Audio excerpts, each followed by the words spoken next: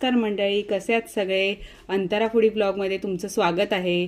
तर आज मी तुम्हाला दाखवणार आहे ही सुरमईमधील टकली आणि त्याची शेपटी आहे। त्याची मी आमटी तुम्हाला कशी करायची ते दाखवणार आहे। तर त्याच्यासाठी मी घेतलेलं हे साहित्य आहे। आधी आपण वाटण करून घेऊया। हे 1 वाटी ओलं खोबरं घेतलेलं आहे। त्याच्यानंतर ही कोथिंबीर घेतलेली आहे। ह्या 5 मी लसूण पाकळ्या घेतलेल्या आहेत। 1 हिरवी मिरची घेतलेली आहे। 1 लाल टोमॅटो घेतलेला आहे। अर्धा चमचा हळद, 2 चमचे घरगुती लाल तिखट आणि हा 1 चमचा धना पावडर आहे। तर आता आपण सगळ्यात आधी वाटण करून घेऊया। तर बघा मंडळी, हे आता आपलं मगाशी दाखवलेल्या साहित्याचं हे सगळं असं वाटण झालेलं आहे। अगदी घेतलेल्या साहित्यात हे जवळजवळ पाऊण भांडं माझं वाटण भरलेलं आहे। तर आता आपण फोडणीकडे वळूया। मी पातेलं गरम करत ठेवलेलं आहे। त्यामध्ये मी आता 4 पळी तेल घालणार आहे।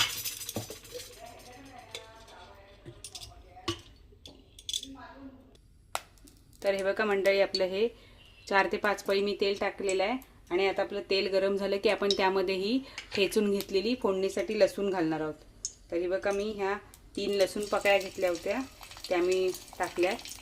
आणि लसूण आपली चांगली ब्राऊन झाली की त्यामध्ये आपण हे वाटण करून घेतलेलं वाटण घालणार आहोत।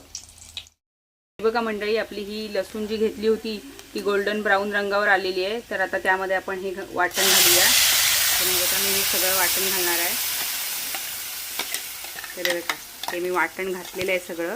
आणि ह्यामध्येच मी आता आपण ती जी तुम्हाला दाखवली होती सुरमईची टकली आणि हे शेपटी, तर ती सगळी मी ह्यामध्ये घालून हे असं वाटण फिरवून घेणार आहे। बघा,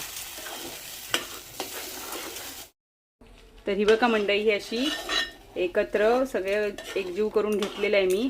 आणि त्यामध्ये आता आपण ते जे भांडं घेतलेलं मिक्सरचं ते आता मी धुवून, जेवढं आपल्याला तुम्हाला जेवढी पातळ हवे तेवढी तुम्ही घेऊ शकता पाणी। आम्हाला थोडी पातळच लागते म्हणून मी थोडं जास्तीचं पाणी घेतलेलं आहे।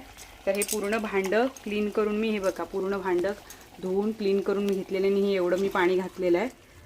तर हे बघा, अगदी अजून थोडंसं पाणी मी घालणार आहे ह्याच्यामध्ये, कारण ते शिजल्यावर थोडं घट्ट होण्याची शक्यता असते म्हणून। हे बघा, तर हे अजून थोडंसं पाणी मी घालणार आहे। जवळजवळ 1 पेलाभर पाणी मी अजून ॲड केलेलं आहे त्याच्यामध्ये। तर मंडळी, ही बघा 10 मिनिटं झालेली आहेत आणि आपली ही आमटी बघा कशी मस्त झालेली आहे, एकदम रसरशीत। थोडंसं त्याला तरी पण आलेली आहे आणि छान अशी शिजले। हे बघा, बघू शकता तुम्ही, मस्त अशी झालेली आहे। तर तुम्हाला आवडली तर कशी वाटली ती कमेंटमध्ये सांगा। लाईक करा, शेअर करा आणि माझ्या चॅनल सबस्क्राईब करा। धन्यवाद।